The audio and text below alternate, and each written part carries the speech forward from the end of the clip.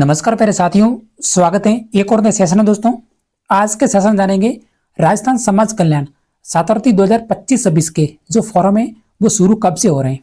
कई विद्यार्थियों के मैसेज आ रहे हैं, वह बोल रहे हैं कि बायोमेट्रिक क्या कॉलेज में सातरती के लिए जो बायोमेट्रिक लगती है ये अनिवार्य है या फिर नहीं है। तो इसके बारे में हम जानने वाले हैं। उसके बाद है कि BA 2 ईयर और 4 ईयर में जो सातरती मिलती है वह कितनी मिलती है। तो संपूर्ण जानकारी इस वीडियो में स्टेप बाय स्टेप समझते हैं, अंत तक बने रहना। पहले हम जानते हैं कि जो सातरती के फॉर्म है वो शुरू है वो कब से होंगे। तो देखिए, बीएड स्कॉलरशिप 2025-26 की बात करें तो इसके जो फॉर्म है नवंबर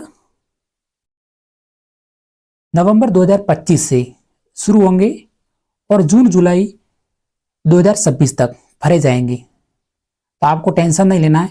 इसके जो फॉर्म है लगभग 6 महीने से 7 महीने भरे जाते हैं। उसके बाद है कि जो सातरती का फॉर्म है आपको कब भरना है। कई विद्यार्थी क्या करते हैं कि जल्दी से सातरती का फॉर्म भर देते हैं, उसके बाद कॉलेज में बायोमेट्रिक का दबाव डालते हैं। वो बोलते हैं कि आप बायोमेट्रिक एक बार जरूर लगाएं, नहीं तो जो आपका जो फॉर्म है वह रिजेक्ट हो जाएगा, इसलिए आपको डराते हैं। तो मैं आपको बता देता हूँ कि आपको सातरती 2025-26 का जो फॉर्म है या तो आपको जनवरी महीने में भरना है या फिर फरवरी महीने में भरना है। उसके बाद क्या करना है, जब आपने सातरती का फॉर्म फरवरी महीने में भरा तो फरवरी महीने में एक बार आपको बायोमेट्रिक है वो अनिवार्य है सभी विद्यार्थियों के लिए। जो भी सातरती का जो लाभ लेंगे उसके लिए 1 महीने में जब आपने फॉर्म भरा है तो उसी महीने में एक बार है जो कि आपको जो अटेंडेंस है वो अनिवार्य है। जब आपने अटेंडेंस लगाई तो आपके जो बायोमेट्रिक है वो कंप्लीट होगी और अगले महीने लगभग कॉलेज से आपका जो फॉर्म है आगे भेज देते हैं।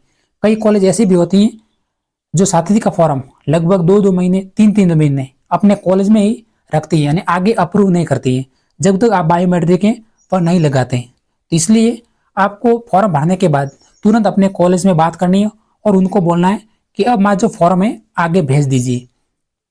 उसके बाद एक विद्यार्थियों के मन में डाउट्स हैं कि बायोमेट्रिक कितने तरीके से लगती है।